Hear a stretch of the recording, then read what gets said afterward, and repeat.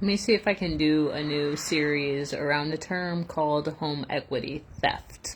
So I started by just Googling it, and home equity theft is when anyone comes in and somehow takes advantage of a homeowner to take their equity away from them. So they receive the equity of the home. This third party receives the equity of the home instead of the person who actually owns the home. So there's several ways that you can do this. I'm going to start by one. This is from Pacific Legal Foundation, and I'm just going to read directly what their paragraph says about it. But in some states, taxation really is theft. If a property owner fails to pay or underpay their property taxes, even by just a few dollars, the local government or a private lien holder can eventually take the entire property along with the owner's equity, which is usually worth much more than what that tax debt was. Pacific Legal Foundation found that 8,600 homes and more than $780 million in life savings through people gaining that through their equity in their home, $780 million.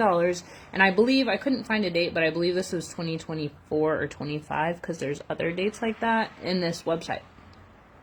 But $780 million in life savings were lost to home equity theft because of people buying tax liens. Unlike with other types of foreclosures, the property owner is left with absolutely nothing, regardless of the size of the debt or the value of the property. The Supreme Court recently held that this kind of theft is unconstitutional. That means that the states that were doing this must change their laws or face growing liability for home equity theft. And then they have a map on this website, and there's Illinois was the only state that was like 100% was okay with this happening, and then there's a handful that were kind of like half and half, and a handful that permits equity theft in limited situations. So industry term, I just wanted you all to be aware of. This can happen once your house is paid off. You know, your taxes and insurance are paid through your house payment if you have a mortgage.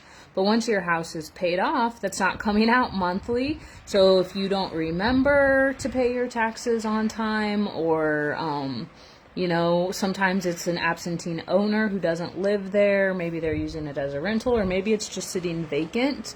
If it goes unpaid, in Nebraska, if it's 2 years, someone can buy your tax liability. Now, in Nebraska, we are a state that is protected. You do have to pay back that taxes plus interest if someone pays it for you, but they can't still steal all of your equity.